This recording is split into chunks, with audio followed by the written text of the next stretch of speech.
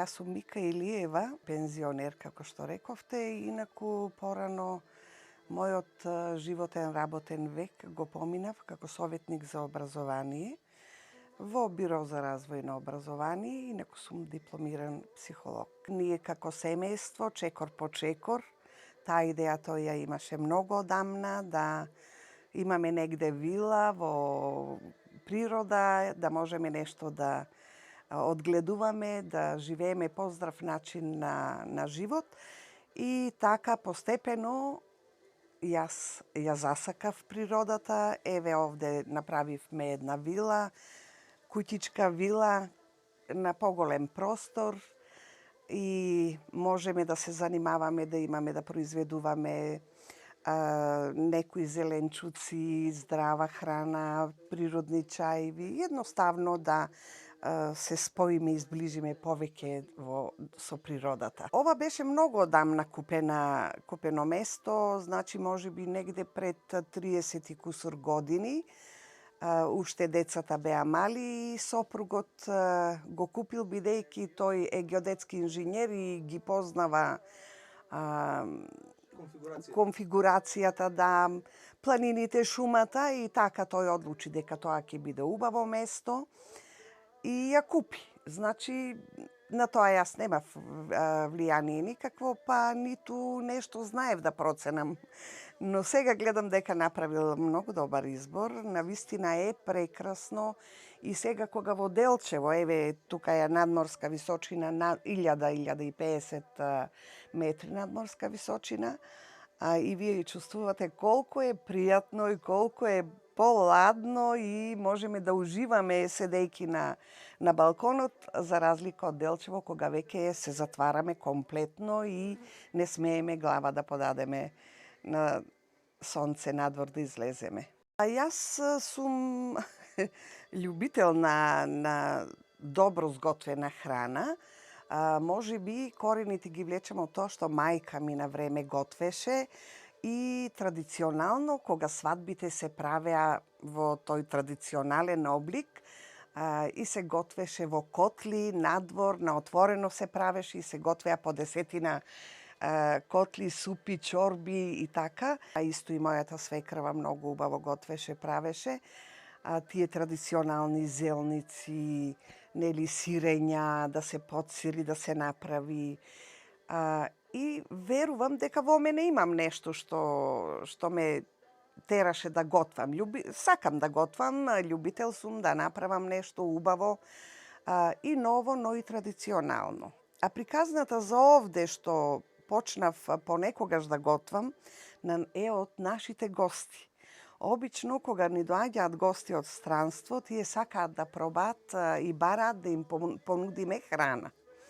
За нив е многу важно, па и за нас како потомци, нели, и од овој регион, сакаме да ја представиме традицијата во исхраната на нашиот регион, на Делчево, на Пијанецот. И со помош на моите деца направивме така една проценка што е добро да вкусат и да пробаат нашите гости. И така почнавме да им нудиме и храна, за која што се многу задоволни. Храната и во квалитет и во квантитет, богами, не недостасува, а тоа обично го кажуваат и на букинг кога ги даваат оценките и впечатоците за храната.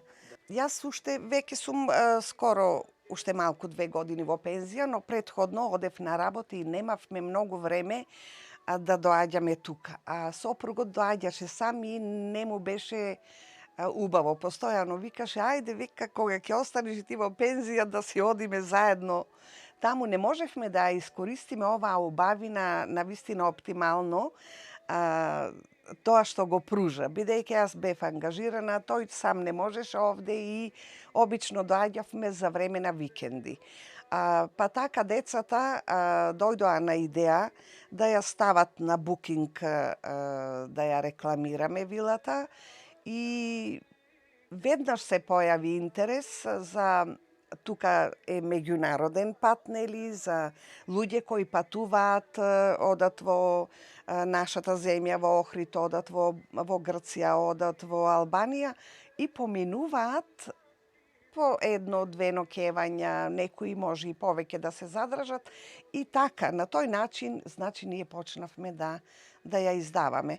Сега сите периоди немаме туристи, меѓутоа летниот период и за празници доаѓаат, има интерес и доаѓаат луѓе. Да не размислуваат тоа што го дава природата. И ќе кажам едно мое видување за тоа, дека јас како дете многу сакав да одам боса. Верувам дека и децата од моја генерација, ние одевме сите боси. Тоа беше некое посебно чувство. И сега кога сум овде, ги соблекувам влечките и одам боса.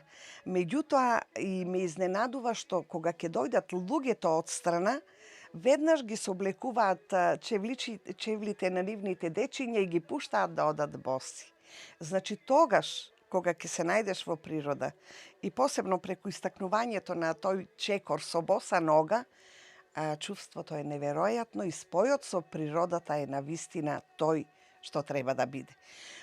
Куќата е правена се од природни материјали и сето тоа, значи, на некој начин не доближува до тоа што ни го нуди природата и дека таа е единствениот извор на она што може да те направи среќен и спокоен.